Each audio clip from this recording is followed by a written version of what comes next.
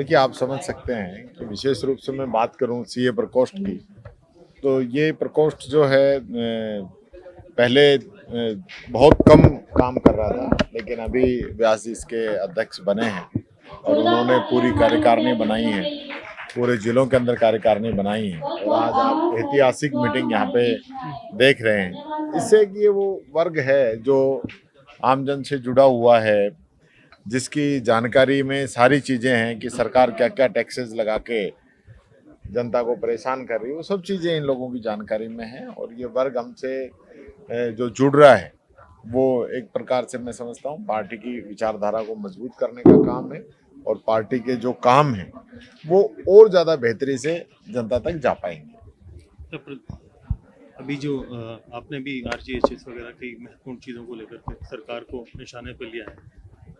देखिए, पूरे देश के अंदर राजस्थान की चिरंजीवी बीमा योजना एक पहचान बनी, जिसका निरीक्षण करने के लिए, जिसकी बारीकियां जानने के लिए गुजरात सरकार के प्रतिनिधि आए, भारत सरकार के प्रतिनिधि आए और उन्होंने इसकी अच्छाइयों को देखा और इसको अप्रिशिएट किया।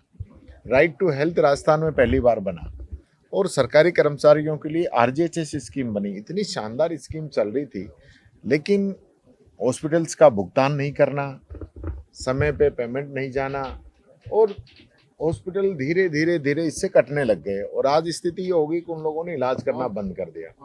सरकारी हॉस्पिटल जो हैं हमारे अच्छे चल रहे हैं, हमारे समय में खूब डेवलप हुए, मेडिकल कॉलेज भी नए बने, लेकिन जिस प्रकार से आबादी बढ़ी है उस प्रकार से उतना लोड सरकारी हॉस्पिटल सिर्फ नहीं ले सकते।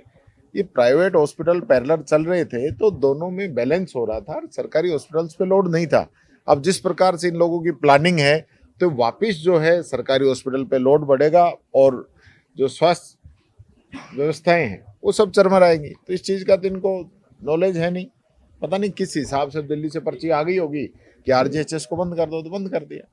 सरकार अगले जो सत्र में जो एक तरह से रडार पर रहेगी, जब अगर विधानसभा में जो हालांकि इतना टाइम नहीं मिल पाता है मानसून में, लेकिन फिर भी रहेगी कोशिश की घेरा जाए सदन में। नहीं, ये तो गिरे गिराए हैं, इनमें मुद्दे ही मुद्दे हैं। सरकार ही अपने आप में मुद्दा है। जो जनता ने चुन के बैठाया जनता की सेवा के लिए और लगे हुए हैं खुद की सेवा करने के लिए, जनता की तो चर्चा ही नहीं है ना। आप जाके देखो, बेचारे युवा जो है वो बेरोजगार घूम रहे हैं, किसान को कोई न मदद मिल रही है और ना पेंशन तकात गरीबों को मिल पा रही है, तो क्या करेंगे? वो तो हालत इनकी है ही।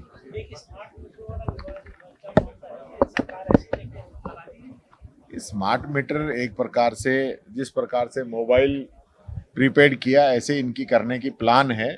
जनता से पहले पैसे भरवाएंगे, उसके बाद उनको बिजली दी जाएगी, लोगों को परेशानी होगी। और ये जो बीजेपी के नेता एक नाटक कर रहे हैं कि सरकारी जो उनके आवास हैं उनमें मीटर लगाने का काम कर रहे हैं, तो मैं पूछना चाहूँगा इनके जो प्राइवेट घर हैं खुद के पर्सनल, उनमें कहाँ कहाँ इन्होंने स्मार्ट मीटर लगवाए, कब कब लगवाए, वो भी जरा बता दे तो पता चल जाए कि जनता के, क्योंकि यहाँ तो बिल सरकार भरेगी तो वहाँ तो दमादम लगवा रहे हैं, लेकिन जहाँ खुद भरना है वहाँ तो मेरे को लगता नहीं किसी ने लगवाया हो।